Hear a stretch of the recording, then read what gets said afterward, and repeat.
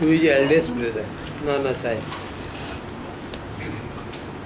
और बाजप्पा कटगी ऑब्जर्व कर ली, दोनों को लिखा है पर 1990 का है, 1900 का है। 110 साल पहले का है। कहते आई नो श्री नंबर की महाराज used to say that our feeling that we are the body complex only cannot be got rid of unless we read again and again the same spiritual literature. You have read already and listened to it again and again. लोग बाग कई youngsters बालक ये कहते सुने गए यहाँ पर गुरु जी तो एक बात रोज बोलते हैं, क्या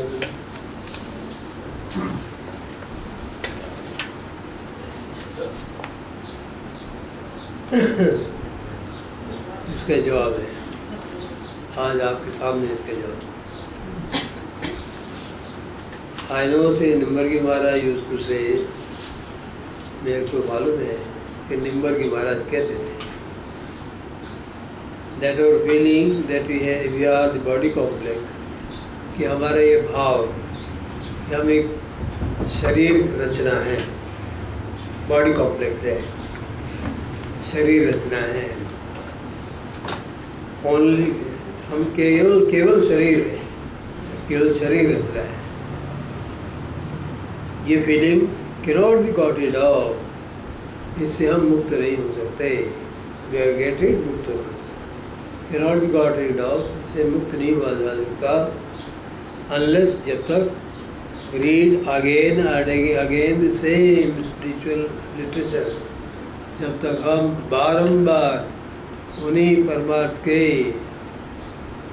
तत्व बातों को नहीं पढ़े, स्पिरिचुअल लिटरेचर को बार बार नहीं पढ़े, तब तक हमारे भाव नहीं निकलेगा कि हम शरीर हैं।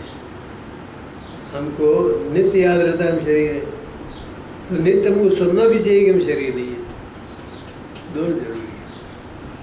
शरीर है ये तो मानते ही, हमको नित्य ज्ञान है, लेकिन इस नित्य ज्ञान को हटाने के लिए निरंतर सुनना पड़ेगा। तुम शरीर नहीं हो, तब तुम्हें जमेगा हम शरीर नहीं, तब तुम्हारे विचार आएगा कि कोई बात है, हम शरीर नहीं है, ऐसे क्यों कह रहे हैं, इसके पीछे भी कोई बात है। इसको इस बात को सोचने के लिए विवश हो जाएंगे। बार बार नहीं सुने, एक बार कह दिए तो गई बात खत्म हुई। अरे आप शरीर नहीं हो, किसी ने बोल दिया तो आप सुन के चले गए, आपको याद नहीं रहा,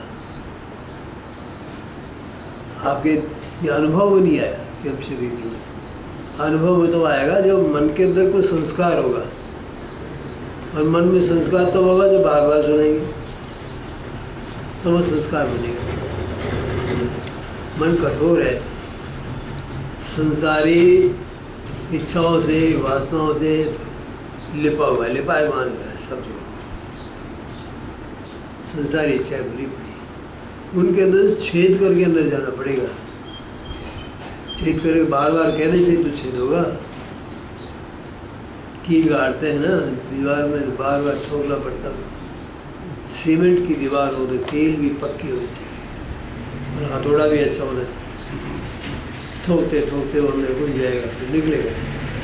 इसी प्रकार से इस बात को बार बार सुनना पड़ेगा, तुम शरीर नहीं हो, तुम शरीर नहीं हो। बार बार कहते कहते आपके दिमाग में जब जाएगा क्या बात है, कोई बात है, तब आपका ध्यान पक्का होगा हम शरीर नहीं है। भाई इतने लोग कह रहे हैं शरीर नहीं है, क्या है, फिर जानना चाहिए। ऐसी प्रवृत्ति आपकी हो जाएगी। एक बार कहने से नहीं समझ नहीं आएगी, एक बार कहने से तो वो बात समझ में आती है जो संसारी है। आज आपको भोजन का निमंत्रण है,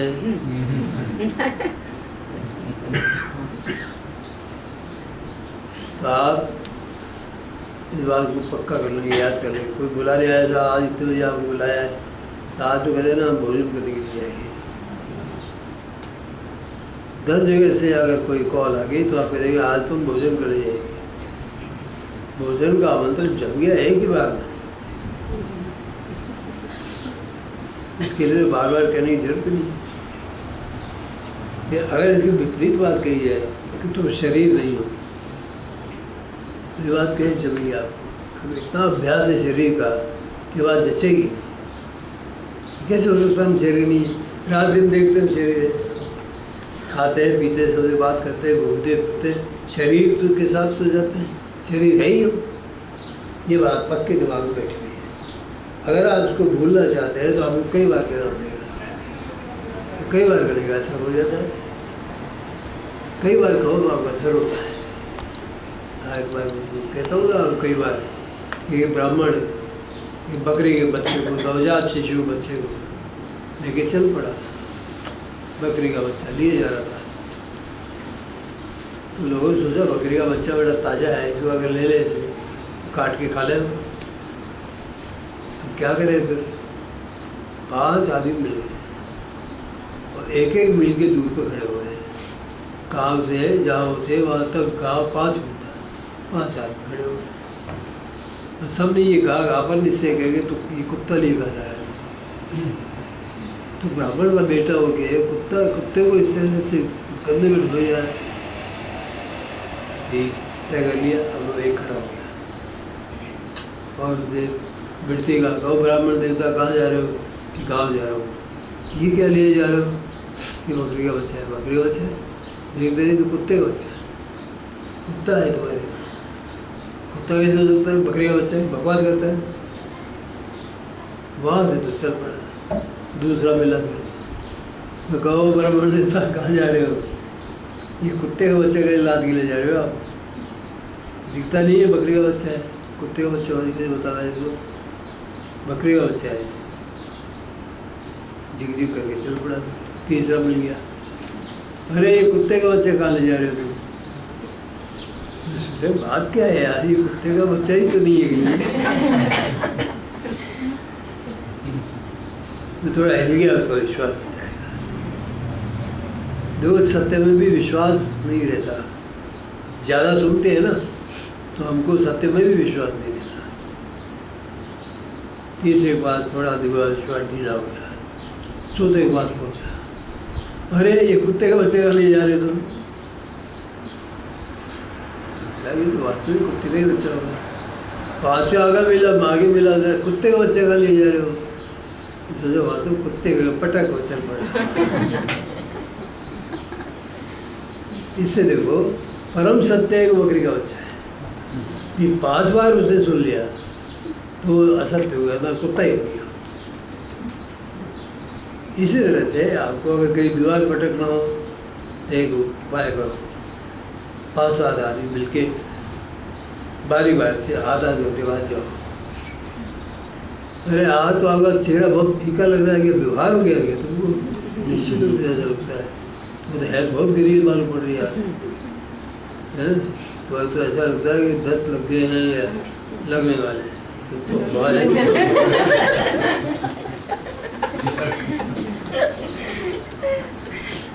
वो तो चला गया। दूसरा आया, ओ आज आप बड़ी खराब हालत में हो, क्या हो रहा है? मुँह कैसे उतर रहा है आपका? तो अनहोनी होती है लगती भाई, मुँह उतर रहा है आपका। ये तो बुखार हो गया, 10 लगे, कुछ तो होगा। 5वें आदमी का लोटा उठा के चल पड़ा। देख लगा बुखार। बार बार करेगा ये असर होता है। हमारे यहाँ साधक लोग कई ऐसे बोलते हैं, गुरुजी बार बार वही बात कहते हैं। इसका मतलब वो अपनी मूल बात को संसार से हटना ही नहीं चाहते, इसलिए भाग भूग जाते हैं। गुरुजी वही वो बात कहते हैं। अरे तुम्हारे हित में कहेंगे बार बार, तुमसे एक बार सुनने से तुमको नहीं लगेगी तो 5 बार कहेंगे, 100 बार कहेंगे, इसलिए कहना पड़ता है। तो इन्होंने कुत्ते का उदाहरण दिया ना, इसीलिए दिया। तो आदमी बकरी के बच्चों को कुत्ता समझ सकता है, अन्य चीज़ समझ सकता है। तो आप तो शरीर रूप नहीं आत्मरूप हो, इस बात को समझने में क्या दिक्कत आएगी आपको? शरीर रूप को भूल के आत्मरूप को जानने के लिए आपको अभ्यास करना पड़ेगा। ये बात बार बार कहते हैं, बार बार इसीलिए कहते हैं भैया शरीर से ध्यान हटाओ, शरीर की आवश्यकताओं से आगे देखो। अंतरात्मा अंदर बैठे हैं, उनको जानो। क्या गलती करते हो तो आपका कल्याण चाहते हैं। इसलिए कहते हैं। लेकिन जो सिर फिरे लोग हैं, जो संसारी लोग हैं, वो कहते हैं गुरु जी बार बार एक ही बात कहते हैं और फिर जाके दूर बीड़ी सिगरेट पी गए, सिगरेट की धुआं उड़ा रहे खड़े खड़े। गुरु जी की बार बार वही क्या बात सुने? ऐसे लोग नहीं सुनते। ये जो निष्ठावान होते हैं वो सोचते हैं गुरु जी बार बार ये बात कहते हैं, मतलब कोई न कोई बात है, कोई हम बातों में शरीर रूप नहीं है, इसीलिए कहते हैं। इनका दिमाग तो फिरा हुआ नहीं है, पागल नहीं है ये हमसे ज़्यादा पढ़े लिखे बुद्धिमान है, तो फिर भी ये बात कहते हैं। इस बात हमको सोचना चाहिए, इस बारे में विचार करना चाहिए। इनकी बात वर्ता नहीं है, ये बात इस पर विचार करना चाहिए। गंभीर अगर साधक होगा तो वह सोचेगा, वो गंभीर नहीं होगा तो वह बाग डूब जाएगा, उसके पार नहीं पड़ेगी। यहाँ पर जो कहता है, मेरे को पता है कि नंबर की बात कहा करते थे कि हमारी ये भाव कि हम शरीर रूप हैं, ये बार बार अध्यात्म ग्रंथों को पढ़ने से और बार बार उसको सुनने से, गुरु के द्वारा बार बार इसको सुनने से ये भाव हमारा निकलेगा। बार बार सुनना पड़ेगा इस बात को और इस पर ध्यान देना पड़ेगा। सुनते सुनते सुनते सुनते हमारे मन में भाव पक्का हो जाएगा, विचार पक्का हो जाएगा। गुरु जी कहते हैं कि हम शरीर नहीं है, तो क्या है इस खोज प्रारंभ करो, तब खोज चालू होगी। और जब आपने मान लिया शरीर ही शरीर है, तो भाई फिर तो लड्डू खाने के लिए भागोगे, आप पेड़े खाने भागोगे, झीमने के लिए भागोगे, फिर आपका संसारी रूप चालू हो जाएगा, क्योंकि आप शरीर है तो संसार में रहोगे, परमार्थ आना कम हो जाएगा, क्योंकि आप शरीर है। ये तो वही बात सुनने को मिलती है कि आप शरीर नहीं, आत्मरूप है, आपके परमात्मा का रूप अंदर बैठा हुआ है, इसको निकाल के देखो, सुखी हो जाओगे तुम। इस बात को जानने के लिए बार बार ये बात सुननी पड़ेगी कि आप आत्मरूप हैं, वो शरीर रूप नहीं है, इसलिए बार बार कहना पड़ता है। जैसे बकरी का बच्चा कुत्ता बन गया तो आप आत्मरूप क्यों नहीं बन सकते? इनकार कहना ये है, आप भी आत्मरूप बन सकते हैं। गुरु में विश्वास रखो, पक्का विश्वास रखो। वो जो कहते हैं आपसे कभी गलत नहीं कहते, तो आपसे उनको कोई लेन देन नहीं है, निस्वार्थ संबंध है। तो आपसे गलत बात क्यों कहेंगे? कहेंगे तो सही कहेंगे, नहीं तो चुप बैठेंगे।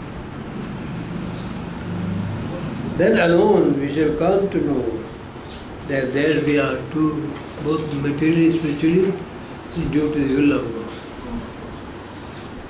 तब हमें ये बात ज्ञात होगी, तब हम ये बात जानेंगे that what we are both materially and spiritually, कि हम शारीरिक रूप से, स्पिरिचुअली परमात्म रूप से और संसारी रूप से, मटेरियल भौतिक रूप से, शारीरिक रूप से और आध्यात्मिक रूप से, परमात्म रूप से हम जो कुछ है due to the will of God, ये सब ईश्वर की इच्छा से है। ईश्वर की इच्छा ने हमको जिस मकान में जन्म दिया है, जो माता पिता दिए हैं, वो सब ईश्वर की इच्छा से है, हमारे कर्मों के परिणाम है। अगर हमारे कर्म उन्नत होते, बढ़िया होते, तो ऐसे घर में जन्म लेते जहाँ माता पिता भजन करने वाले होते और आपके अंदर भजन करने की इच्छा पैदा हो जाती है और आप शुरू से भजन में ऐसे लगते कि संसार के मना करने पर भी नहीं मानते आप। ये ईश्वर की कृपा से होता है।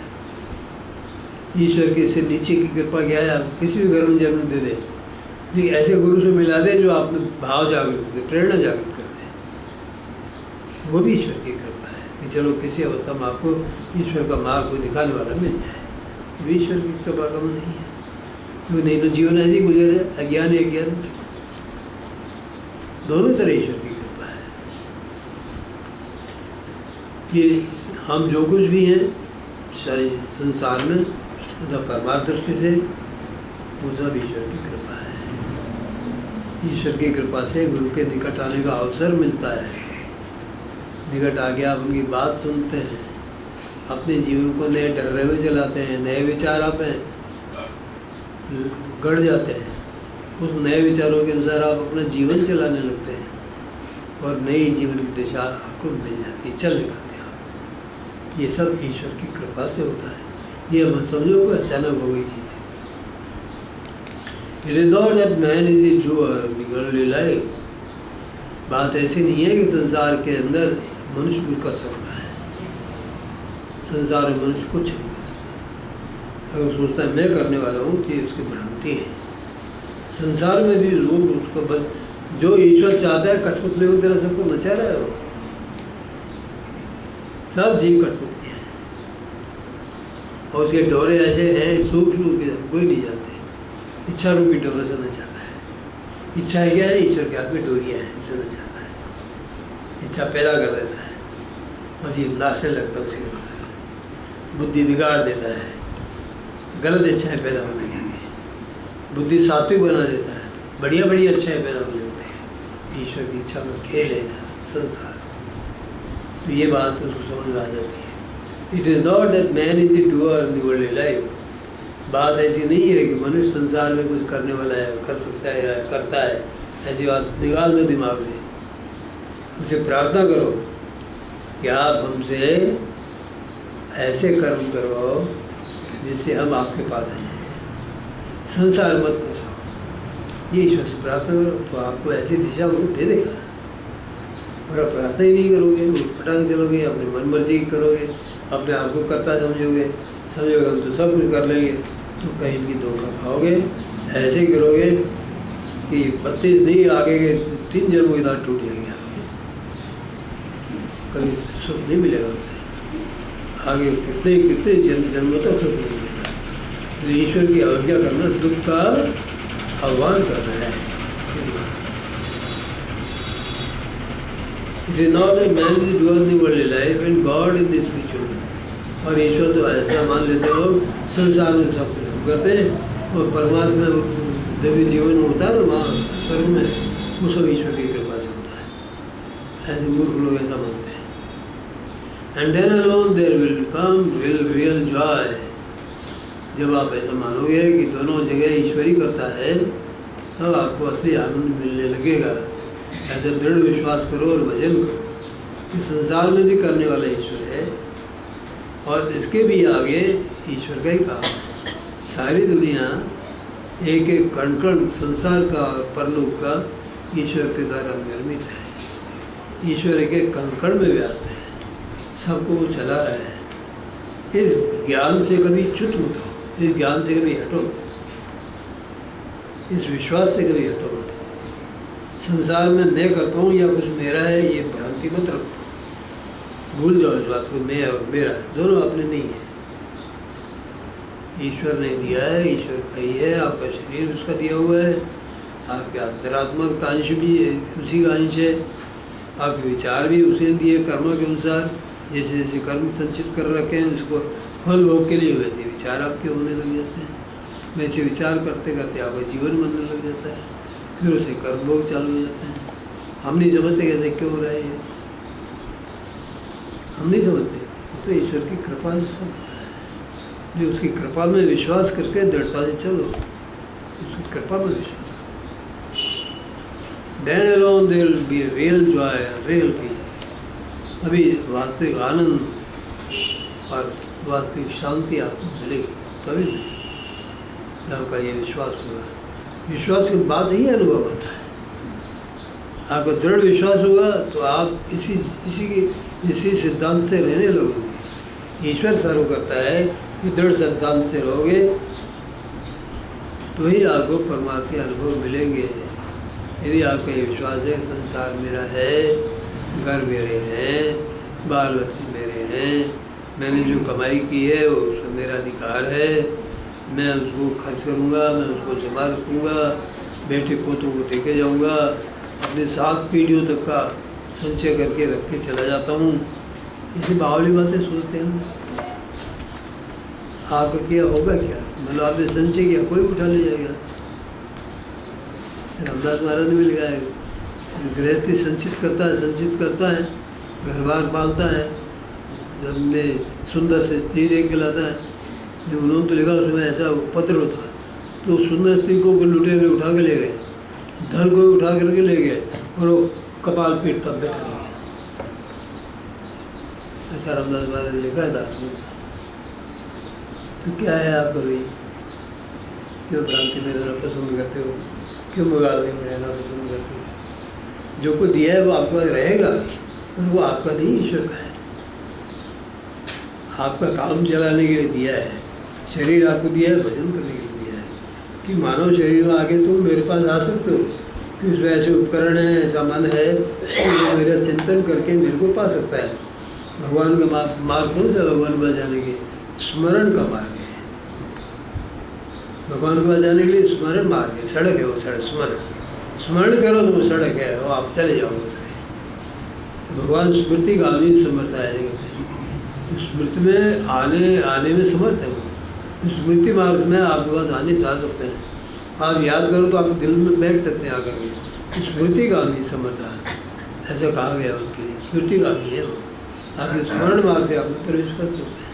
तो स्मरण कितना? स्मरण संसार का बिल्कुल नहीं, ईश्वर का स्मरण रात और दिन, केवल एक ही बात हो, वही हो स्मरण हो, आपको छड़ी लग जाएगी अनुभूति। संसार की मचड़ा नहीं पड़ गई, केवल स्मरण ही स्मरण करो। ये मत सोचो कि स्मरण का क्या फायदा, मिल नहीं रहा है, मिलेगा, लेकिन करो तो सही, दृढ़ विश्वास।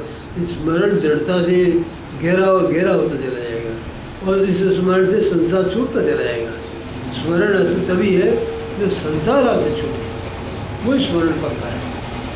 जिस स्मरण में संसार भी घुसाओ और आप याद भी कर रहे हो, बेटा भी सामने खड़ा है और आप भगवान का स्मरण भी कर रहे हो, तो मेल हो गया। फिर अब ये आएगा भी आएगा, इसमें तो आने की ताकत है नहीं, और वो आएगा नहीं कि उसको याद कर रहे हो आप। एक का स्मरण करो, संसार के सब स्मरण निकल जाए, केवल एक का स्मरण बाकी रह जाए, तो उसको आना पड़ेगा, क्योंकि फिर वो सड़क बन जाएगी आने के लिए उसकी, वो चले आएंगे। या आप संसार से मिला के स्मरण करो तो फिर वो स्मरण दूषित होता है, मार्ग गंदा होता है, इसलिए वो नहीं आते। शुद्ध मार्ग से इस कार्य के लिए आपको देखता आप में प्रेम कितना है, ना केवल मेरे को याद करता है और किसी को याद ही नहीं करता। अच्छा बताओ, आपके मन में प्रेम है तो आएगी, क्यों नहीं आएगी? का भाव का भूखा है ना वो, तो क्या भजन है वो? भाव ही एक सार, भाव का भूखा में भाव ही एक सार है। तो सार है तो भाव है, ईश्वर के प्रति प्रेम है, तो प्रेम से बुलाओ। प्रेम का मतलब अन्य किसी से प्रेम नहीं है, तो प्रेम है। ईश्वर से प्रेम का मतलब है अन्य किसी से प्रेम नहीं होना, ऐसा प्रेम ही प्रेम है, मिक्सर नहीं हो सकता। कि कहते हैं हम तो संसार परमात्मा एक साथ करेंगे, यह ज्ञानी लोग हैं, नहीं हो सकता। दिल में तो परमात्मा रहना चाहिए, और बाहर से अपने कर्तव्य पालन के लिए शरीर का काम लेना चाहिए, तो मिला नहीं सकते आप, दोनों अलग हैं। अंदर तो रहना चाहिए परमात्मा का रूप, नित्य स्मरण, तो आप परमात्मा के स्मरण करने में पटु हो जाएंगे, एक्सपर्ट हो जाएंगे, उसी की याद रहेगी। तो परमात्मा किसको याद करेगा? जब आप उसको याद करते हो, बेटा जानता नहीं है कौन किसको याद कर रहा है, तो जानता है, इसलिए आपको उसका दर्शन आसान हो जाएगा। Spiritual and then alone there will become real joy and peace. But the fundamental point to note is that we must carry out the instruction of our spiritual teacher. लेकिन मूल बात जो देखने की है, ध्यान में देने की है, फंडामेंटल पॉइंट टू नोट, मूल बिंदु जिस पर ध्यान में रखना है वो ये है that we must carry out the instruction of our spiritual teacher, कि हमें परमार्थ गुरु की आदेशों का पालन करना चाहिए। उनके पालन में अगर आप चूक गए तो वे परमार्थ सिद्ध नहीं होगा, क्यों? परमार्थ मिलता है गुरु की प्रसन्नता से, केवल आपके प्रयास से नहीं मिलता, उसकी कृपा उतरती है, प्रेम से उतरता है, तब परमार्थ होता है। हम समझते हैं कि हमारे अभ्यास से परमार्थ होता है, अभ्यास नहीं पूरा पड़ेगा। जब प्रेम उत्पन्न करो, परमात्मा का आह्वान करो, तो आपको मिल लेगा। आप समझो कि साधन के बल से, भजन के बल से 8-8 घंटे बैठूंगा, आएगा कैसे नहीं? तो ये सत्याग्रह वहाँ नहीं चलता है, यहाँ तो चलता है सत्याग्रह, हमारे सत्याग्रह नहीं चलता। ऐसा उदाहरण आता है, 18 घंटे 20 वर्ष तक साधन किया, 18 घंटे, फिर आगे 25 वर्ष तक किया, 20 घंटे, और फिर भी प्राप्ति नहीं हुई। वो कहते हैं कि इतना करने पर भी नहीं मिला, गुरु की कृपा से मिला, अन्यथा नहीं मिला। तो ये कहते हैं फंडामेंटल पॉइंट क्या है, ये ध्यान, ये मत सोचो कि हमारी कुछ साधना करने से मिलेगा। भागो, गुरु को दो और उससे मांगो।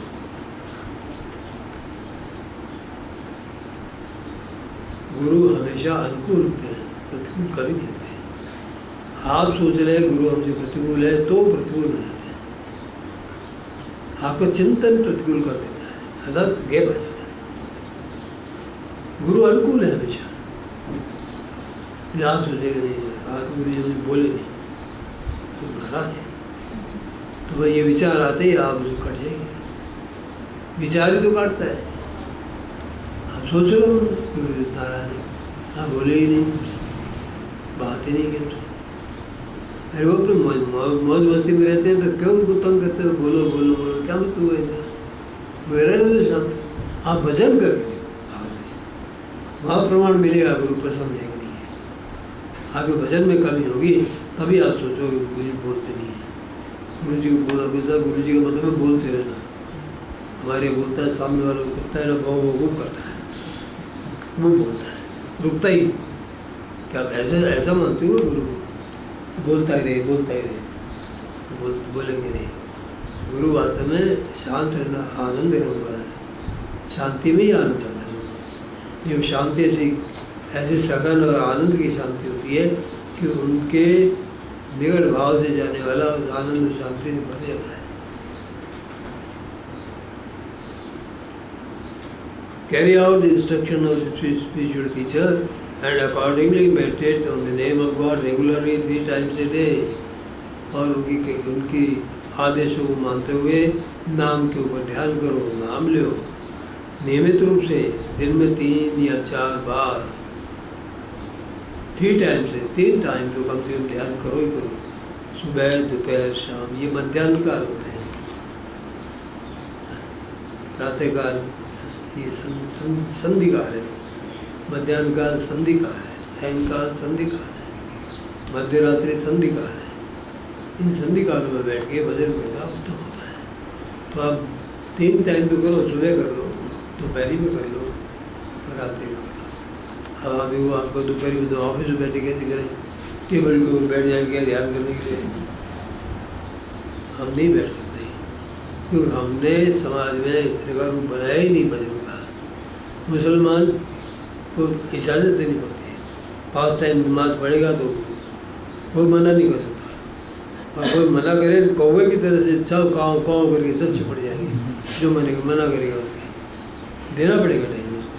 क्यों? उन्होंने ऐसी सामाजिक ऐसी पद्धति बना ली, दृढ़ता से चलते हैं हम। दृढ़ता से हमारे भजन की पद्धति नहीं बनती, सुबह दोपहर शाम की पद्धति नहीं बनती हमारी।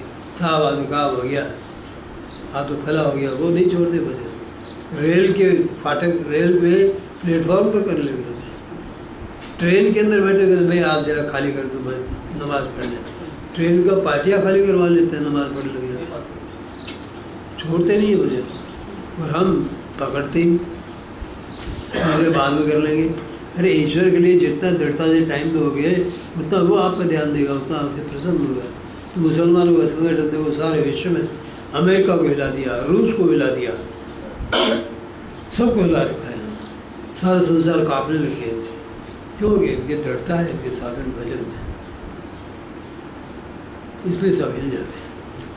हम लोग नहीं जानते। कोई कहता है ये ब्राह्मण है, कोई कहता है वो ब्राह्मण है, वो ऊंचा है वो नीचा है, और इसमें ऐसे लगे हुए हैं कि फंस गए। हम सामाजिक रूप से ढीले पड़ गए, इसीलिए ढीले पड़ गए। न तो हमसे भजन हुआ, न समाज की रचना हमसे हुई। अरे यदि हम मनुस्मृति का पालन करें तो हमारी सामाजिक रचना बहुत अच्छी हो सकती है। इसका पालन नहीं करें, पढ़ते नहीं, जानते नहीं मनुस्मृति नाम की कोई चीज़ है। हिंदुओं का सामाजिक ढांचा उसमें बहुत अच्छी तरह से बनाया हुआ है, लेकिन उसको कोई ज्ञान नहीं। मनुस्मृति की एक कॉपी चीन की दीवार में मिली है, क्योंकि मौर्य वंश जब आया तो उन्होंने बुरा नाम की दासी से पैदा हुए, वो मौर्य वंशी हुए। उन्होंने हिंदुओं के प्रति अनाचार किया, नीची जाते को ऊंचा लाने के लिए हिंदुओं पर बहुत अधिक मनुस्मृति को कई ऐसे जोड़ दिए जो बिल्कुल ही उठपटांग है, ऐसे जोड़ दिए। तो उसके शुद्ध कॉपी बचाने के लिए एक व्यक्ति ने तिब्बत में, चीन में जाके उसकी दीवार बिगाड़ दिया। जब खुदाई हो रही थी चीन की उसकी दीवार की, उसको रिपेयर करने के लिए, तो वो कॉपी मिली। इतना कोशिश किया हमारे पूर्वजों जो अच्छे लोग थे, और उसको देखो इतनी बढ़िया नहीं दी हुई इसमें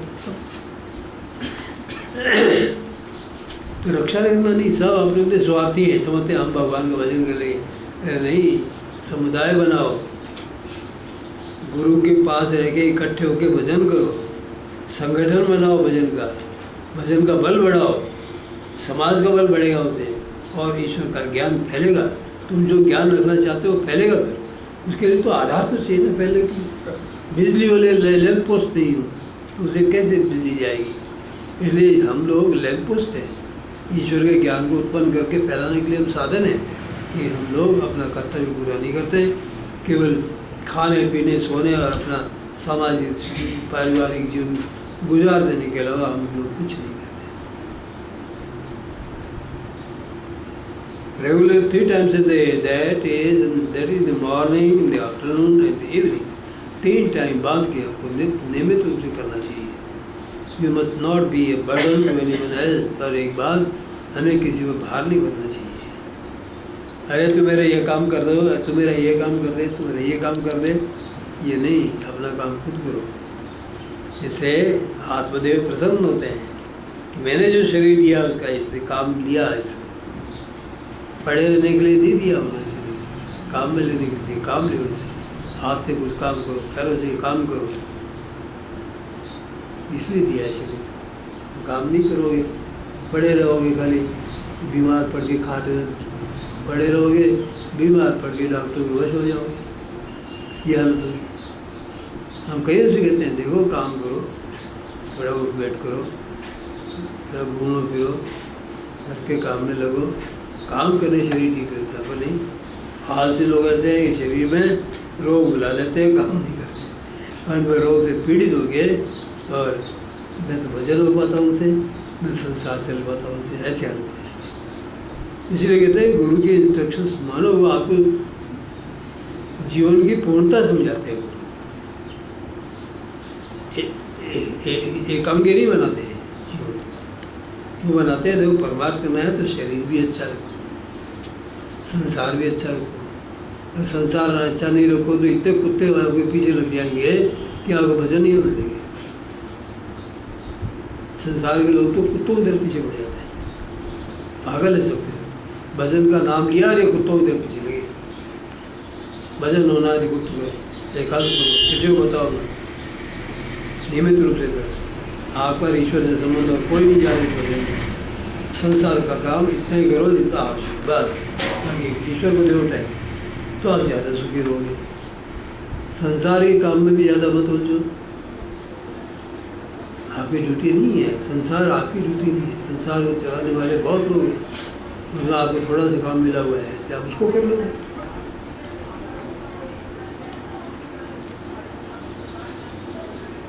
भास्कर कौन लिखा है नंद 1900 में, to raise a crime chorus victory to the guru on a particular occasion. किसी खास अवसर पर इस प्रकार से समुदाय में बोलना, एकत्रित संवेद स्वर में बोलना, सदगुरु की जय, सदगुरु महाराज की जय, इस तरह बोलते हैं, कोरस को बोलते हैं। विक्ट्री टू द गुरु, सदगुरु महाराज की जय, इसे अवसर पर बोल दिया।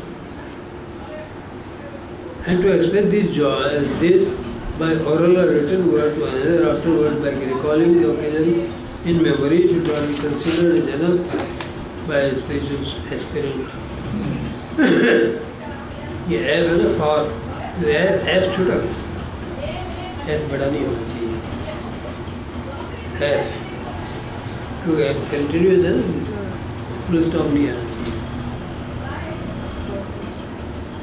तो इस प्रकार का संवेद स्वर में बोल रहा है, इकट्ठा होकर बोल रहा है, गुरु सदगुरु महाराज की जय।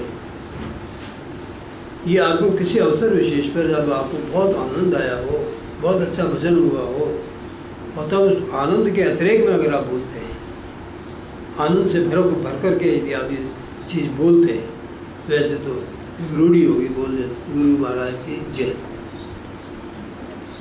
रूढ़ी होगी। नहीं, आनंद से भरे हो तब ये वचन बोलो, परमात्मा को आनंद मिला तो बोलो। ऐसे अवसर पर आप बोले, आनंद से भर के आपने बोला, उचित है तब बोलना। And to express this joy there by oral written words another after, और बाद में इनको इसी आनंद को किन्हीं दूसरों को आप लिखित रूप में या मौखिक रूप में बोल करके बताएं, उनके सामने बोलें। इस जॉय को, आनंद को मौखिक रूप में या लेखन रूप में बोलें। उस पहले आपने आनंद को प्राप्त किया था उसको याद करके आप बोलें और लिखें। Recalling the occasion in memory, उस ओकेजन को आप स्मरण में ला करके और फिर बोलें कि हम निम्बाल में ऐसा आनंद आया था, बोला था, ऐसे हम यहाँ भी बोलते हैं, क्योंकि वो आनंद नहीं है मन, तो बोलने में आपका कोई फायदा नहीं। आनंद आए और आप बोले तो बोलने से रुकने में फायदा नहीं। अगर आनंद आ रहा हो तो बोलने में उचित है, बोलना चाहिए, ईश्वर को धन्यवाद देना चाहिए। और आनंद नहीं आ रहा हो बोलते हैं तो ये उचित नहीं है कि आनंद नहीं है, बोल रहा है, क्या बोल रहे हो, क्या मतलब बोल रहे हैं। Should not be considered as an, इस बात से दूसरे किसी अवसर पर केवल इसको बोल लेना ये पर्याप्त नहीं मानना चाहिए। इसको बाय स्पिरिचुअल स्पिरिट, किसी साधक के द्वारा इस बात से पुनः बोलना, पूर्व घटना को याद करके हम किसी आनंद में भर के बोले थे, उस आनंद को याद करते हुए फिर बोलना। ये आनंद नहीं है, आनंद का स्मरण है वो खाली। The experience of the actual Joy of the occasion में not be felt.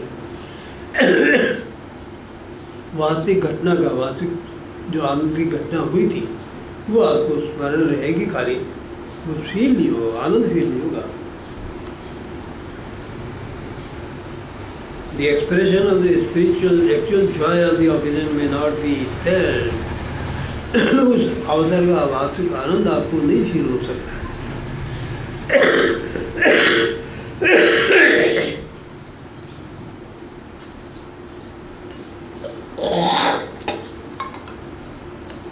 As continuous to the point of time when it describes the means of word. उस समय जब इनको शब्द के द्वारा दोबारा प्रकट करते हैं, उस समय वो आनंद का अनुभव आपको नहीं हो सकता है। तो फिर दोबारा बोलने में कोई सार नहीं होता, वो केवल एक अभ्यास पड़ जाता है जब बोल देना। कभी कभी देखो आप अंग्रेजी में एक है सॉरी, क्या मतलब हुआ इसका, वो कभी सॉरी फील नहीं करता, सॉरी बोलता है, टच हो गया केवल सॉरी।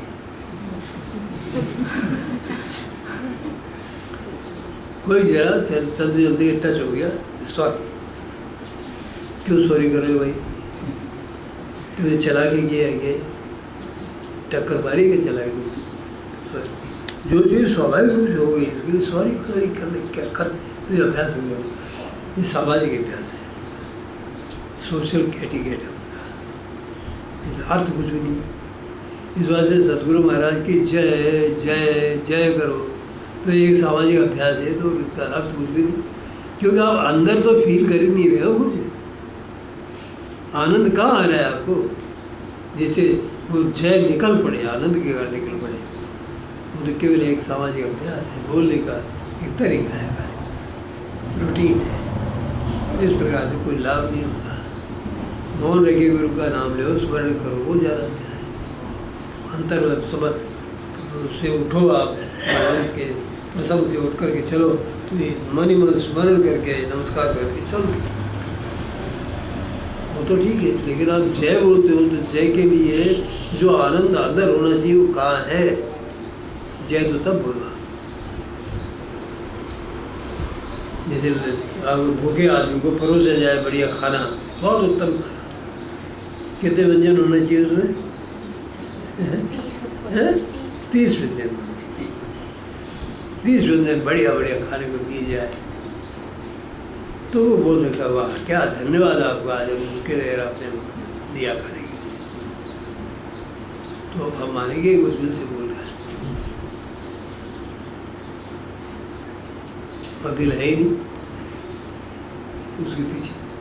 आप गए किसी के पास और आपने बासी रोटी और चटनी प्याज की दे दी आपको खाने के लिए, आप चले गए अंदर, साहब खाते रहे ना, पानी का गिलास रखो और फिर बोलेगा वाह धन्यवाद बहुत अच्छा किया आपने, बोला जाएगा कि तो जैसे जय सोच रही है क्या पसंद है।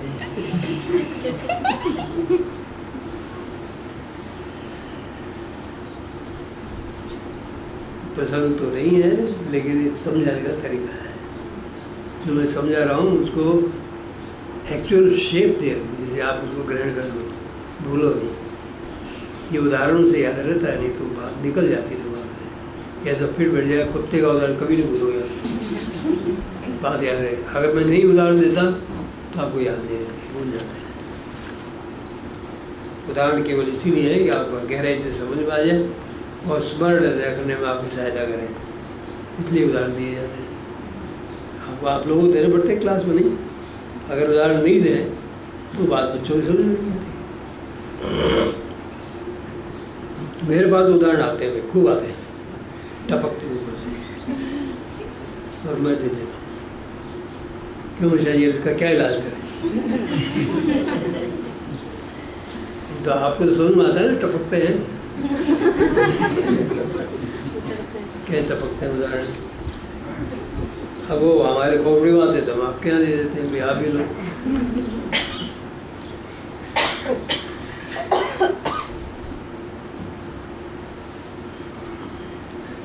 Instead, what will happen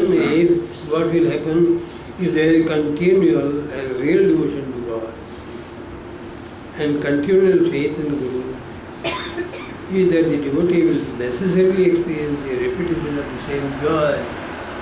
वो जो आपने आनंद पूर्वक सदगुरु महाराज की जय बोली थी, तो उसके लिए कहते हैं इसके विपरीत होगा क्या कि यदि आपने continual real devotion to God, निरंतर वास्तविक भाव होगा ईश्वर के लिए, निरंतर और वास्तविक भाव, कभी एकदम प्रकट होगी फव्वारे की तरह से फूल पड़े, ऐसा भाव नहीं होता है।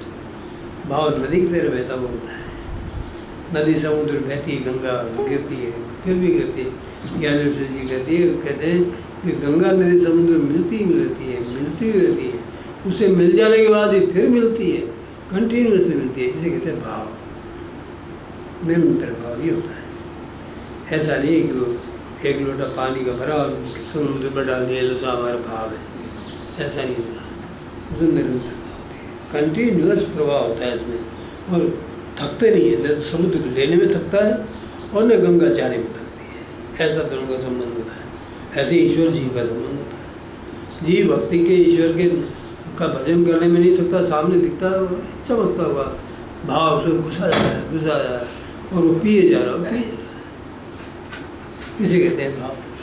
अभी सुंदर चमकते हुए स्वरूप को आप छोड़ के संसार की कीचड़ को देखो तो भाव कहाँ रहा होता। ये सुंदर ज्वाजल स्वरूप को देखो ना, कितना आनंद है इसको देखने में। ये आपका असली रूप भी है, ये इसी में आपको मुक्ति के लिए इसी में प्रवेश करना है। तो इसको क्यों नहीं अपनाते हो? ये भाव का ग्राहक ये है असली। ये जो चमकदार सामने जो स्वरूप दिखाई पड़ता है, ये आपके भाव का ग्राहक है, खड़ा है सामने। इसको देव भाव अपना और कंटिन्यूस प्रवेश करो। संसार मत जाओ इधर उधर घूमने के लिए, काय हो जाता। जहाँ अमृत मिल रहा है तो विष के लिए क्यों दौड़ते इधर उधर? संसार में विष पान है, विषय रूपी विष है यहाँ पर, और यहाँ पर अमृत ही अमृत भरा हुआ है। तो हम नादान है, इसको छोड़ के भागते हैं संसार में। अभ्यास पड़े हुए हमारे गलत।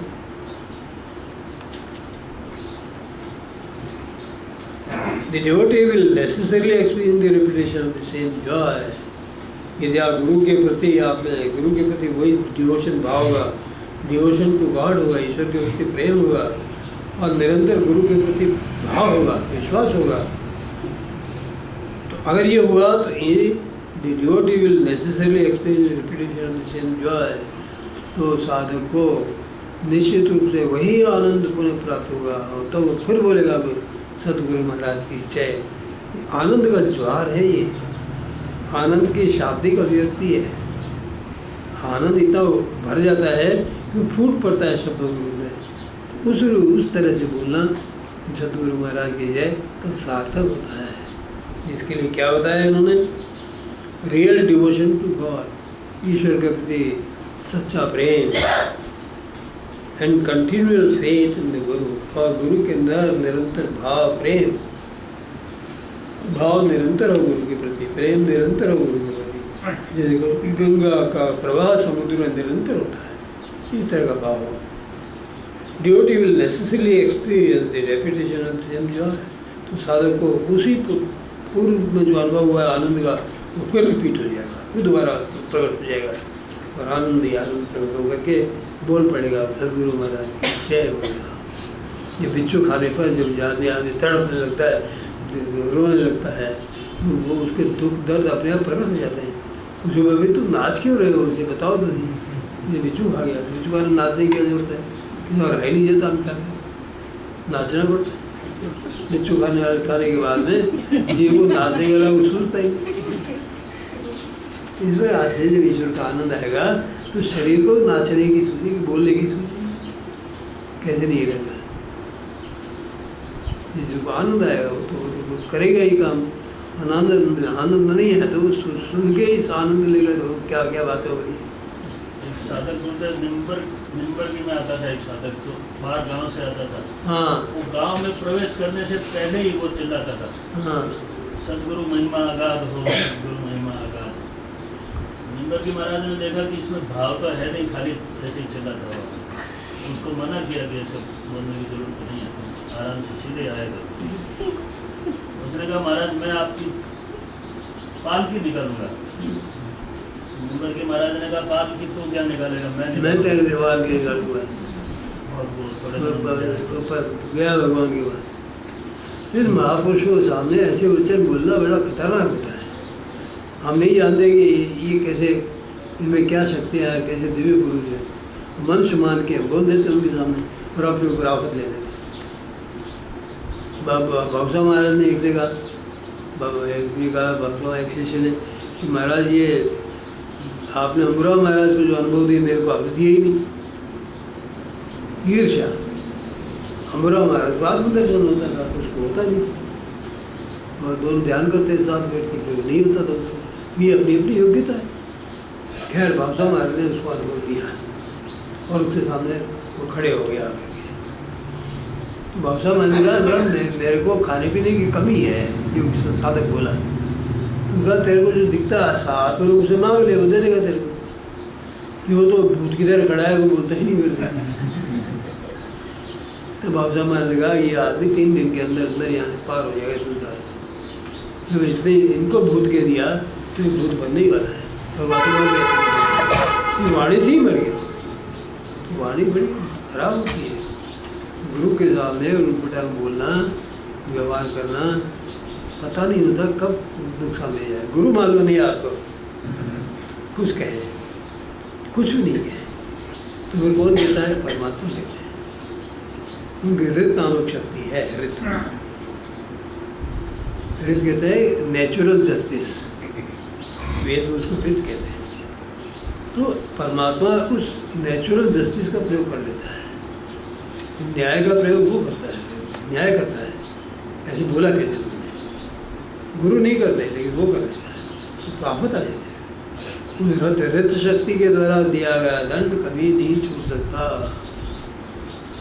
छूटता नहीं, बहुत कठोर होता है। गुरु के साथ व्यवहार करने में या बोलने की जरूरत कहाँ पड़ी? आपको नहीं एग्री कर रहा है, चुपचाप निकल जाओ, मत मानो। आपको कूड़ा खाने की इच्छा है, खाओ जाकर। तो गुरु से क्यों कहते हो हम तो कभी कूड़ा कचरा खाएंगे संसार में जाके, आपको सजा मिल जाएगी। ये अनुभव है, ये अपन मैं अपनी ओर से कुछ नहीं कह रहा हूँ, ये मेरे देखे हुए अनुभव है, इसलिए कह रहा हूँ। देखे हुए भी हैं और यहाँ भी घटित होते हुए देखे मैंने।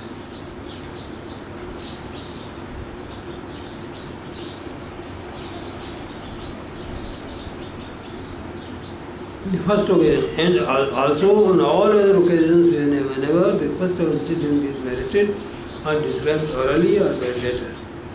और इस तरह का जो पूर्व में पहले बार जो आनंद का अनुभव हुआ था वो बार बार उसका होगा।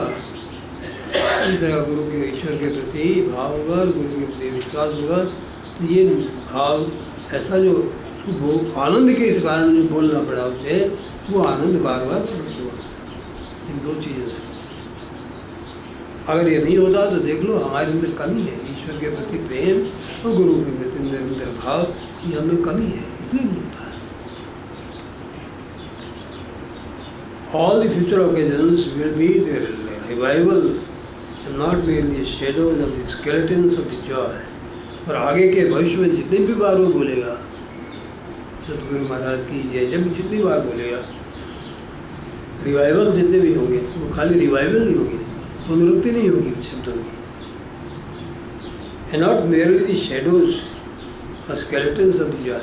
और अथवा पूर्व में जो आनंद मिला था उसकी छाया नहीं होगी या उसका स्केलेटन नहीं होगा। स्केलेटन नहीं, ढांचा नहीं होगा खाली।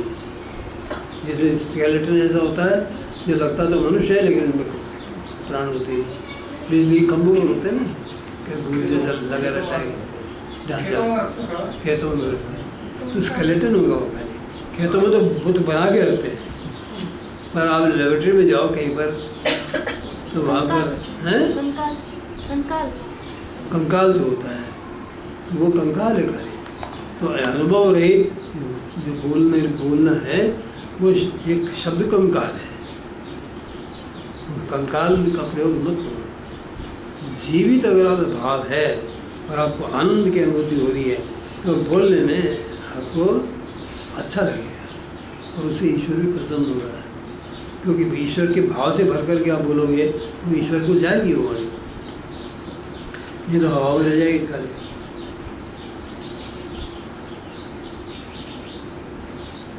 Joy and of the event as it, the event of the past and the joy attending upon it are to be reproduced again and again.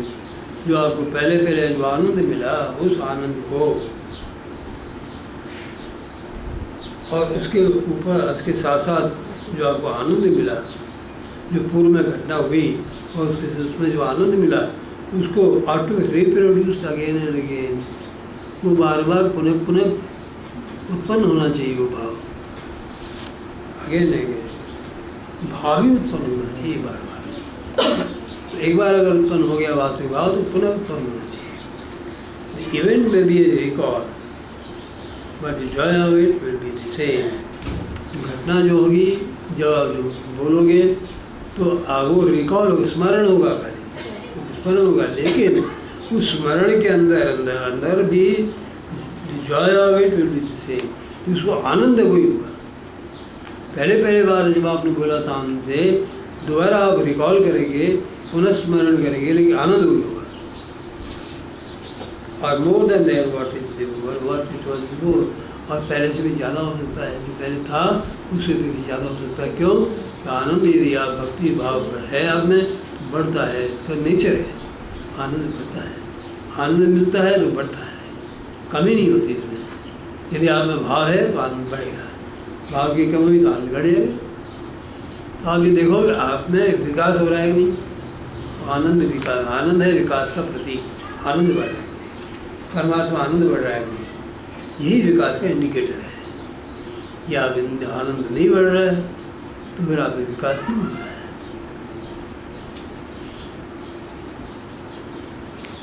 If such be this devotion, that is, if the devotion of any particular moment of time is not only the summation of devotion of all the previous moments, but the real addition to the experience of past, then there would emerge the real joy of performing Kirtan.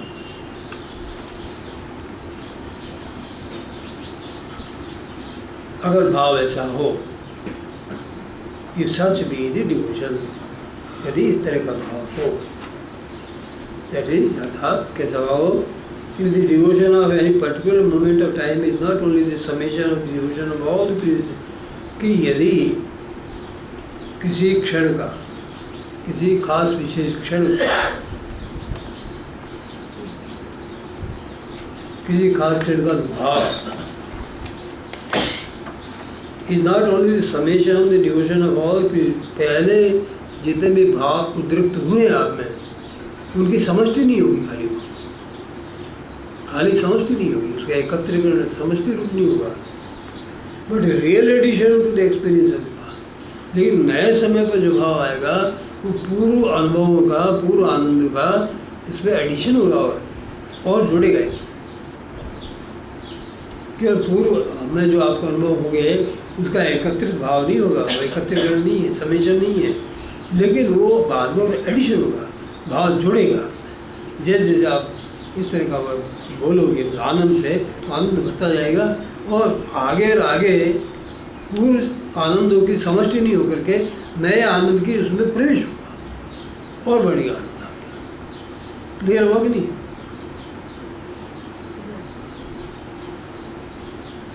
Then there would emerge real joy, तब एक नया भाव joy आनंद पैदा होगा।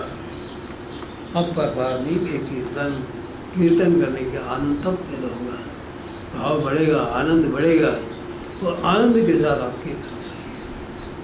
केवल भरा हुआ कीर्तन नहीं होगा, बल्कि इसमें आनंद की मात्रा होगी और आनंद स्पष्ट झलकेगा कीर्तन। यहाँ कईयों में झलकता है, कईयों में नहीं झलकता। केवल कईयों में केवल आनंद नहीं होकर के केवल रूढ़िगत कीर्तन होता है, बोलते हैं, नहीं बोले तो शर्म आएगी और कई वो बोलने में शर्म आती है। दोनों तरह की बातें होती है। नहीं जिसमें भाव का उद्रेक है तो बोले बिना रह ही नहीं सकता, वो बोलेंगे। जैसे अधिक लड्डू पेड़े खाओ, पेट में दर्द हो जाए तो आप पेट पकड़ के चिल्लाओगे, तो वो चिल्लाना जैसे आवश्यक हो जाता है। ये आनंद जब भरेगा तो कहा जाएगा, फिर वाणी से निकलेगा। जो कोई आश्चर्य नहीं है कि आपके हृदय में आनंद ठसाठस भर के अब निकलना चाह रहे हैं, वो वाणी से आप भजन करोगे, कीर्तन होगा। नहीं तो हमारा वो कीर्तन होगा, तो करा हमारे लगते थे ऐसे कीर्तन, आनंद करके नाचते थे, सारा शरीर नाचता था उनका, वो कीर्तन गाते। हम क्या करते हैं, हम कीर्तन की जगह क्या कहना चाहिए उसको,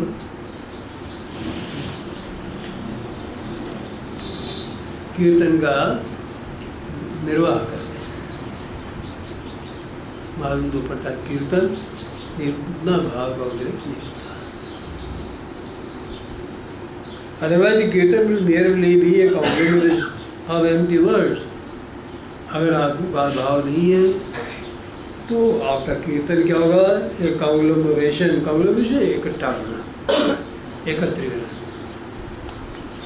अब एम्प्टी वर्ड, खोखले शब्द होगा, खोखले के शब्दों का संग्रह होगा। वो कॉन्ग्लोमरेशन of empty word, empty events, वो खोखली घटना है। एंड साउंड ऑफ म्यूजिक कल इंस्ट्रूमेंट, और वहाँ पर म्यूजिकल इंस्ट्रूमेंट बज रहे होंगे, कई तरह वाद्य बज रहे होंगे। First kind of kirtan will be able to carry the whole body. तो पहले प्रकार का कीर्तन हमने बताया, भाव भर करके आपने कीर्तन किया, उस कीर्तन से सारे के सारे श्रोता बह निकलेंगे आपके साथ में। Carry the whole of audience, सारी ऑडियंस को, श्रोता वर्ग को वो बहा के ले जाएगा। Along the joyful current of devotion, आनंद की जो लहरें चल रही है, करंट चल रही है, उसके साथ सारे श्रोतागण बह जाएंगे। While the second is source of mere entertainment of students, ये दूसरे प्रकार से कीर्तन है, अगर वाणी से बोला जा रहा है, भाव रहित है, वो केवल मनोरंजन हो जाएगा। वो केवल मनोरंजन होगा। First will be selfless service to God, पहले प्रकार का भावपूर्ण किया गया कीर्तन वो निस्वार्थ ईश्वर की सेवा होगी। ये ईश्वर की सेवा है, ईश्वर का गुणगान करना, इसमें ईश्वर का भाव भरा रहता है, भाव में ईश्वर रहता है। और जब आप बोलते हैं भाव से, भाव के शब्दों को, ईश्वर को आनंद आता है, भावमय शब्दों से ईश्वर को आनंद आता है। Service to God and humanity, और इससे सब मानव मात्र को लाभ होता है, क्योंकि वो इस करंट का लाभ लेते हैं, आनंद का लाभ लेते हैं। सेकेंड है service to one's own valley और ऑनर। दूसरी प्रकार से कीर्तन है, या तो अपने पेट भरने के लिए या अपनी यश प्राप्ति के लिए। हाँ, कितना बढ़िया कीर्तन होता है, कितने बढ़िया राग हैं, कितने बढ़िया वाद्य बजते हैं, है ना। और संध्या आते हैं, पैसे आते हैं, चढ़ावे आते हैं। वो है असली प्रकार का कीर्तन जो होता है, उसे भाव से भरित होता है, इसलिए वो कोई पैसे वैसे लेता है, तो ईश्वर के लिए करता है, और ये अपने पेट के लिए करता है। तो